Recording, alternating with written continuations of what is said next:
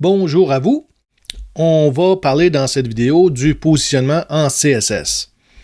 Qu'est-ce qu'on peut faire avec le positionnement en CSS? Je vous montre un petit site que j'ai trouvé. Lorsqu'on veut faire des fois des sites un peu plus éclatés, qui sont un peu moins carrés, ou simplement mettre des éléments qui sortent un peu du flow de la page, ben, on peut prendre le positionnement. Ici, on peut voir, il y a des pastilles un peu partout, des éléments qui sont un peu, je dirais, flottants dans la page. Ça serait assez difficile de faire ça avec des balises standards, avec le positionnement standard qu'on peut voir en CSS, qui est beaucoup de type colonne ou de ligne. Donc ici, mise en page un peu plus éclatée, ils ont utilisé beaucoup de positionnement dans cette page-là pour être capable de créer cette page-là. Donc, on va voir quelque chose d'un peu plus simple. Si on s'en vient ici, j'ai fait une page assez standard. On va jouer avec ces éléments-là. Donc, une page sur laquelle il y a un titre, un header ici. J'ai une section avec ça ici. J'ai une autre section avec les 3 articles. J'ai une troisième section ici, simplement du texte pour me permettre de faire défiler la page de cette façon-là. Donc, assez simple comme page. J'ai mon header ici avec le wrapper. Pourquoi? Pour que justement la couleur continue jusqu'à la fin. Lorsque j'étire ma page, on voit que la couleur du header continue, mais le positionnement est dans la grandeur du site que je veux. Ensuite de ça, tout ça ici, en fin de compte, je l'ai mis dans un wrapper parce que ici, la couleur, ça c'est la couleur du body. Donc, la couleur de ma section de mes sections ici. Donc, j'ai une première section, une deuxième section où j'ai mis un conteneur pour ces 3 articles-là. J'ai mes 3 articles, j'ai mis des classes que j'ai nommées 01, 02, 03. On verra éventuellement les sélecteurs avancés, mais pour tout de suite, ça aidait un peu plus pour l'exemple en mettant ces classes-là. Ensuite de ça, une autre section ici, simplement pour avoir du texte, pour me permettre d'avoir un défilement. Et le pied de page complètement en bas ici. Juste un pied de page encore là avec la couleur, avec un wrapper pour que la couleur puisse continuer. Dans mon CSS, j'ai les CSS de base qu'on a vu, qu'on a déjà vu. Mise en page, j'ai une mise en page de 900 px avec centré avec les margin left et right à auto. Ensuite de ça, j'ai mon header ici et j'ai commencé à mettre des commentaires, mais on va plutôt commencer à parler du premier positionnement qui est comme par défaut dans les CSS. Donc, le positionnement par défaut, si j'enlève ça ici, si je mets toutes mes sections, donc cette section-là, cette section-là et cette section-là, en position statique, ça ne change rien. La position par défaut de tous les conteneurs en HTML sont positionnés en statique. Ça veut dire qu'ils suivent le flow de la page, donc ils se mettent un en dessous de l'autre. Lorsque ce sont de type bloc et lorsque ce sont de type inline, ils se le mettent un à côté de l'autre. Donc, le type statique, à quoi il peut servir, c'est souvent lorsqu'on va jouer avec des animations ou peut-être jouer en JavaScript, des fois, ou avec les media query. Des fois, on veut avoir positionné lorsqu'on est en plein écran, mais lorsqu'on arrive avec des mobiles ou certaines situations, on voudrait revenir à l'affichage standard. Donc, on va avoir le statique simplement pour ça, pour pouvoir revenir lorsqu'on aura positionné quelque chose et qu'on ne voudra plus qu'il soit positionné, on reviendrait en statique. Donc, le mode statique, c'est par défaut, toutes les balises ont le mode statique par défaut. Donc, même en mettant rien, les sont déjà toutes positionnées en statique. Ensuite de ça, j'ai la position, si je m'en viens voir mon article 2 ici. Mon article 2 ici qui est mauve. J'ai la couleur d'arrière-plan et on va voir la deuxième possibilité pour la position. C'est une position qu'on appelle relative. Position relative, on le voit, j'ai activé le CSS, position relative, et c'est rien passé, la boîte, elle est restée à sa place. Pour pouvoir jouer avec position relative, il faut jouer avec le top, right, bottom, left. Donc, ce sont des coordonnées qu'on va pouvoir donner pour pouvoir faire déplacer la boîte. Donc, si j'essaie le top 100px, on voit qu'à partir d'où la boîte était, on a déplacé la boîte de 100 pixels. Donc, elle est descendue de 100 pixels. Et on peut faire aussi la même chose du côté droit si on déplace de 200 pixels. On a déplacé ici la boîte de 200 pixels. À son endroit, on l'a déplacé vers la droite de 200 pixels. Ce qu'on peut remarquer quand on fait ça, c'est que ma position relative ici, elle est sortie du flux du document. Qu'est-ce que ça veut dire? Ça veut dire que lorsque je positionne, lorsque je prends autre chose que le statique, comme ici relative, je vais être par-dessus. Cette boîte-là, elle est sortie du flux du document, donc elle est par-dessus les autres éléments. Donc, on va pouvoir jouer un peu avec des couches pour pouvoir déplacer des éléments un en avant de l'autre. Donc, premier constat, ça veut dire qu'on peut jouer avec des couches pour les mettre un par-dessus l'autre. Deuxième constat, ce qu'on peut voir, c'est que même en déplaçant ma boîte ici, elle a gardé ici un trou. Elle a gardé la grandeur qu'elle avait. Donc, elle a quand même... Elle garde la place qu'elle devait avoir, mais en déplaçant. Si j'y vais plus fort, mettons, je mets 500. On voit que la boîte est complètement, même en dehors de la zone, mais ici, il a gardé la dimension de base qu'elle devait avoir. Donc, position relative, on garde toujours l'élément, la grandeur de l'élément dans la place où elle devait être. Bon, si ensuite de ça, j'enlève le right, je peux mettre le left. OK, le left, c'est un peu la même chose. Je le mets à gauche. Donc, si je pars du left ici, je vais commencer à compter mes pixels. Donc, j'ai mis 100 pixels à gauche. J'ai le top et j'ai le bottom. Si je mets les deux, dans ce cas-ci, ça fonctionne un peu mal. Je pourrais pas mettre les deux, c'est soit un ou l'autre. Donc, c'est soit je mets top. Et là, si je mets bottom, à partir du bas où était la boîte, ben, je calcule 100 px et je remonte la boîte de cette façon-là. Donc, 4 possibilités. Top, right, bottom, left. Et si j'enlève tout, ça revient ici. Je vous disais qu'on pouvait jouer avec les couches. Si je fais mon right, au lieu de mettre 500, je remets peut-être 200. Et je vais mettre mon top ici. On voit que l'article 2 est par-dessus l'article 1. Pourquoi? Parce que l'article 1 n'est pas positionné. Donc, s'il y a juste un élément de positionner, il se met sur la première couche. Donc, ils vont s'empiler. Le premier qui a été positionné dans la hiérarchie HTML prend la position 1, ensuite de ça, la position 2, 3, 4, 5. Il va y avoir des positions comme ça. Si je m'en viens voir ici mon article 1 et que je mets une position relative à cet article-là, ce qui arrive en tant que tel, c'est que mon article 1 est positionné en relatif, donc il est sorti du flux du document, il est sur la couche 1. L'article 2 aussi, et lui, il est sur la deuxième couche, donc il est toujours par-dessus. Si je voulais faire passer mon premier article en avant, j'ai juste besoin de lui mettre un Z-index. Z-index me permet de jouer justement sur qui arrive en premier. On peut mettre les éléments un devant l'autre de cette façon-là avec le Z-index. Le Z-index ne fonctionne seulement si on est positionné autre chose que statique. Donc, ça ne sert à rien d'utiliser Z-index si on n'a pas un positionnement. Et juste pour la démonstration, si jamais je voulais faire passer l'article 2, ben, je peux le mettre sur un Z-index 3 et automatiquement, lui, le 1 est à l'index, le Z-index 2 et le 2 est à Z-index 3, donc le deuxième article passe en avant. Donc, Z-index me permet de jouer sur les éléments. Si je suis tout seul à avoir un positionnement, ben, je vais être devant tout le monde.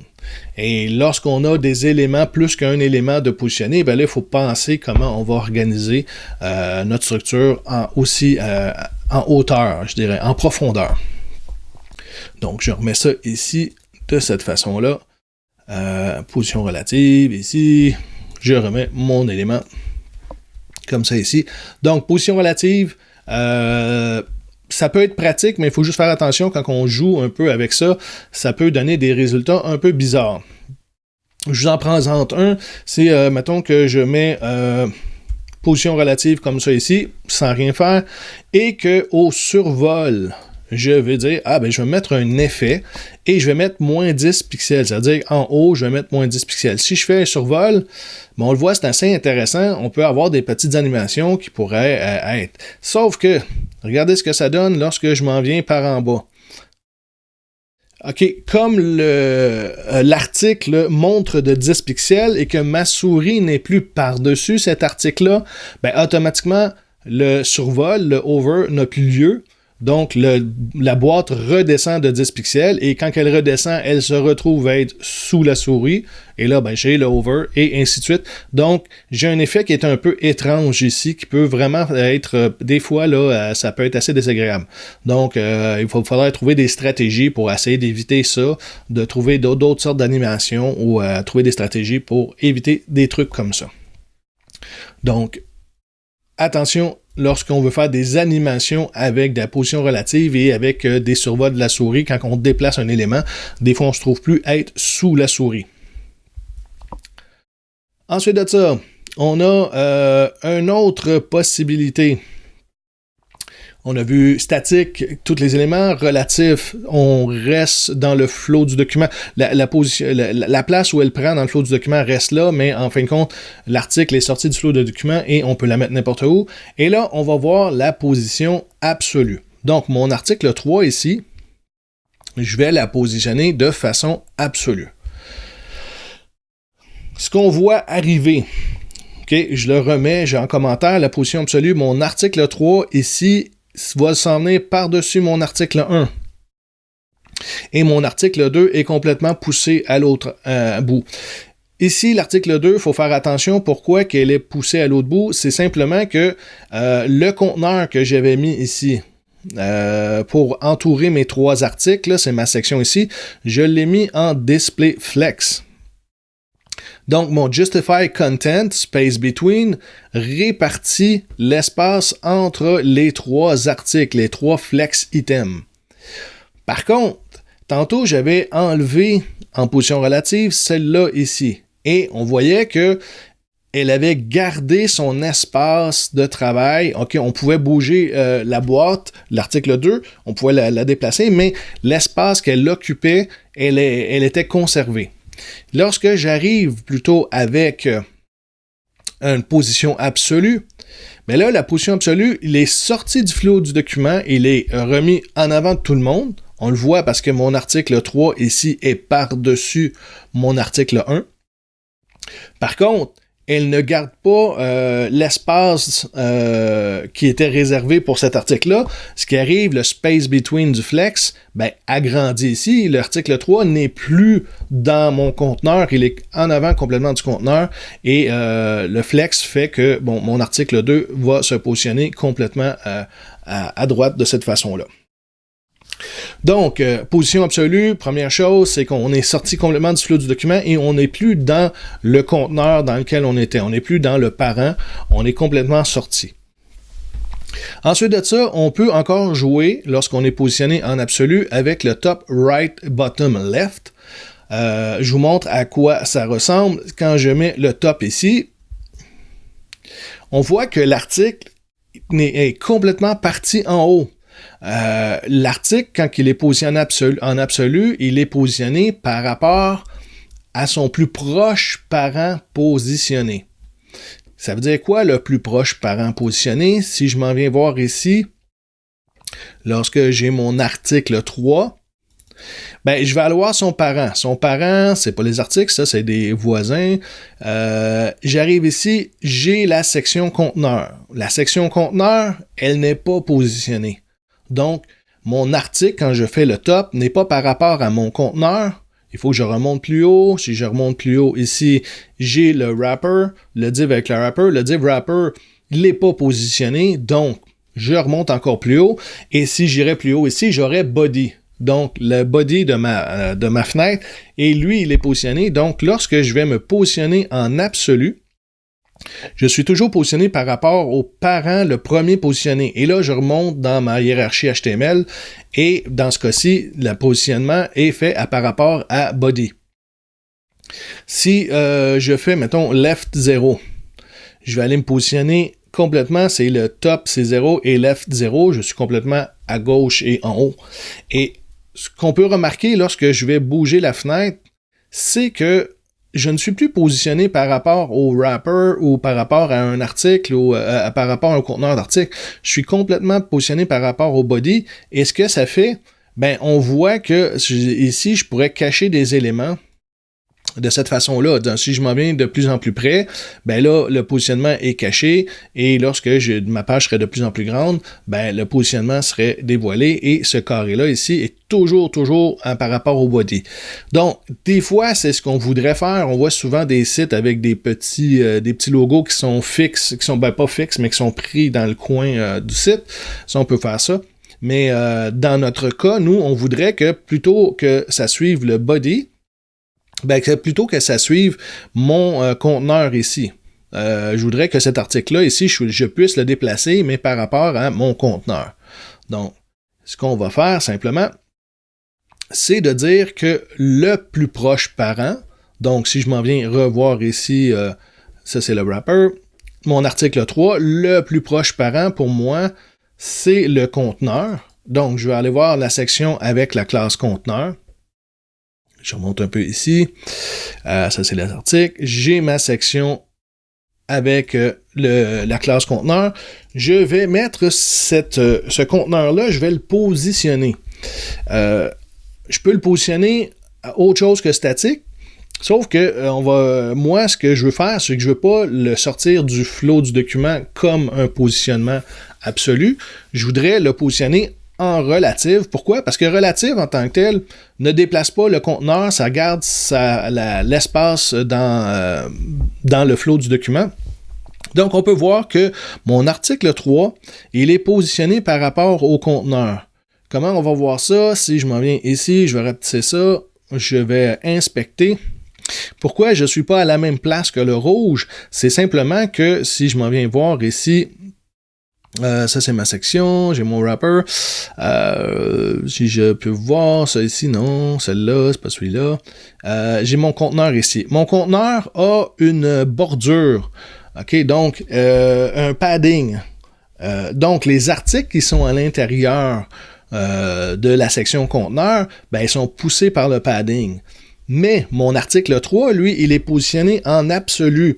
Le padding n'a plus d'influence sur lui. Donc, lorsque je dis top 0 et left 0, ben, je me mets par rapport au conteneur, mais sans le padding. Okay? Ici, ce qu'on voit, le petit blanc, c'est du padding, et le petit blanc qu'on a ici, c'est le padding.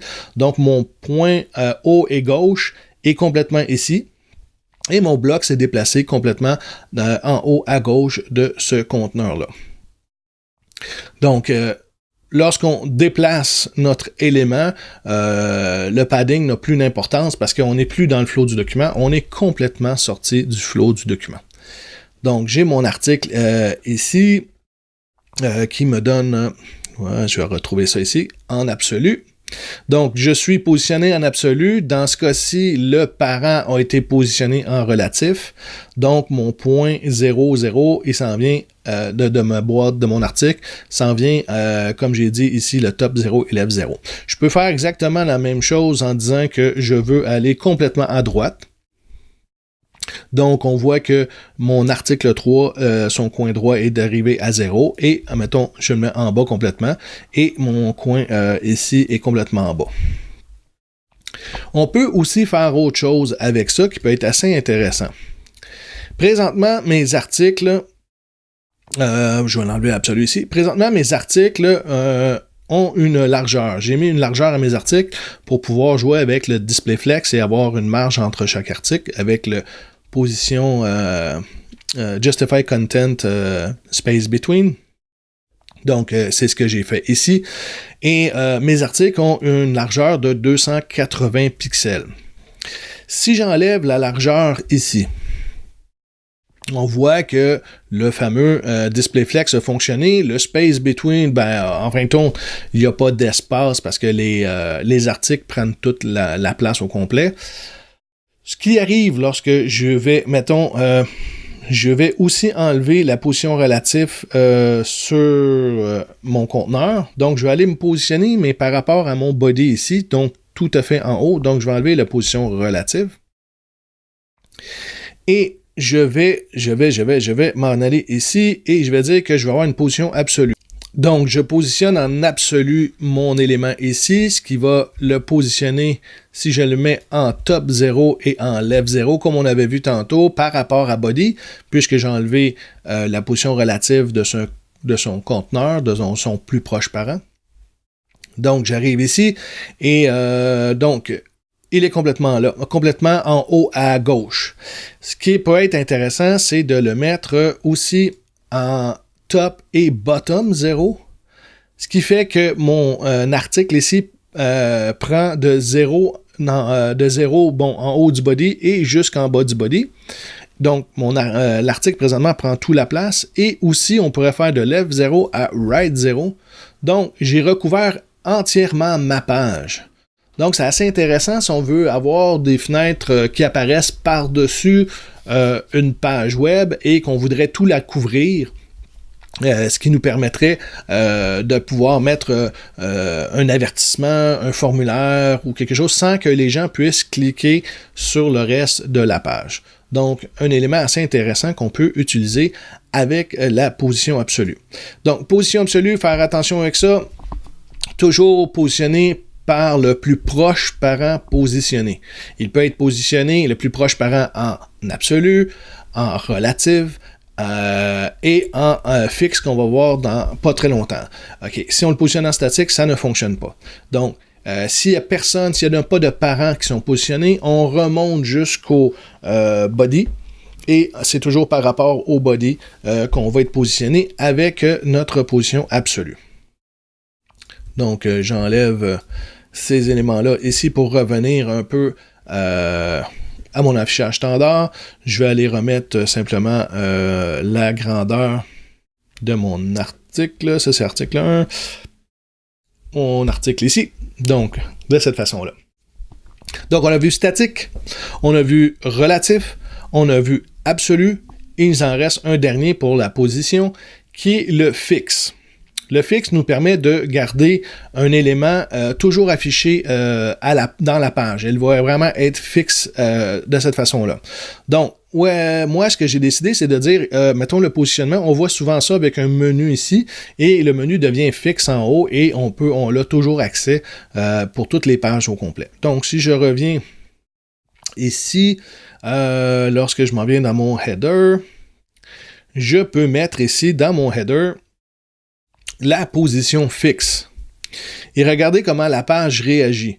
Lorsque je mets position fixe, l'élément, le header qui prenait toute la largeur, en fin de compte, ne prend plus toute la largeur, prend juste la largeur de l'élément à l'intérieur. Okay. Pour contrer ça, on voudrait réellement que le gris ici prenne toute la largeur. Je vais simplement lui mettre un width à 100%. Donc, j'ai remis la largeur de mon header à 100% de la page et on revient, ça fonctionne. En mettant fixe, par contre, ce que ça fait, c'est que lorsque, maintenant, je peux pas faire défiler la page, mais on voit que le titre ici, bon, si j'enlève la position fixe, le titre de la section 1, lorsque je vais mettre position fixe, va être en dessous de mon header.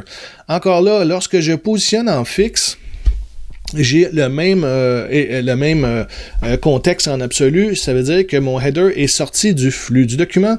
Donc, il s'est mis en avant de tout.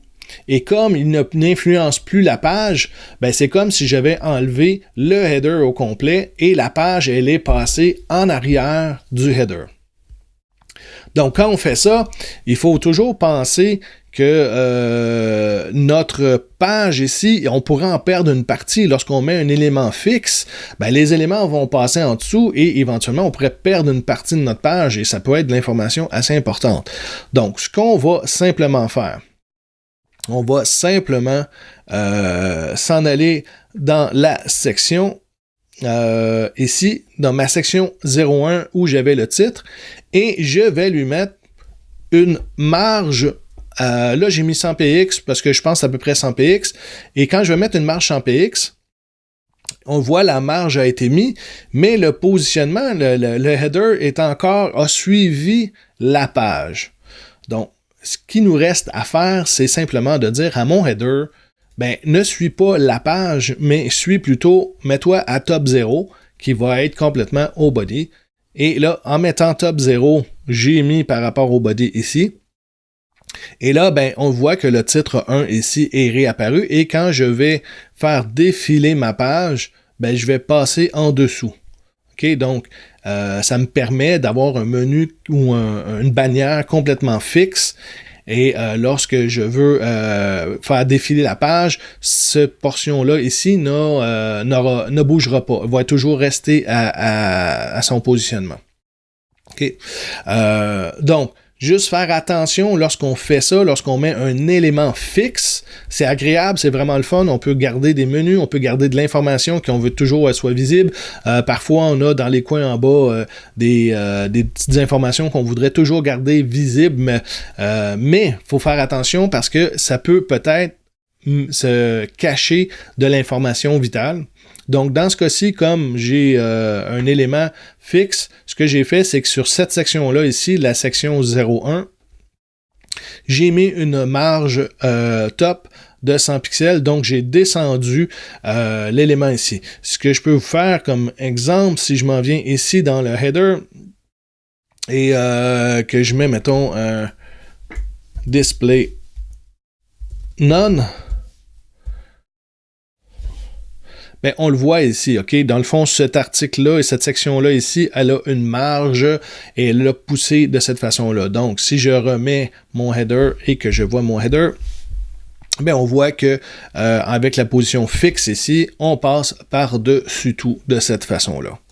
Donc, ce sont les 4 possibilités avec la propriété position dans CSS. C'est les 4 possibilités. Donc, statique, toutes les balises sont statiques par défaut. Relative, on garde l'emplacement l'emplacement, la largeur et la hauteur qu'on avait pris dans notre page, mais on peut bouger ce conteneur-là, cet élément-là, avec top, left, bottom, right. Donc, on peut le déplacer de cette façon-là. Position absolue, ce qui est la différence avec le relative, c'est qu'on est complètement sorti du flow du document, donc on peut c'est comme si elle n'existait plus dans l'HTML, mais il se met par-dessus tout. Et là, on peut jouer avec les coordonnées top, left, bottom, right. On est positionné par rapport au premier élément parent positionné. Dans ce cas-ci, si on n'a aucun élément parent, c'est body qui se positionne en haut. On se positionne par rapport à body du 0,0 en haut.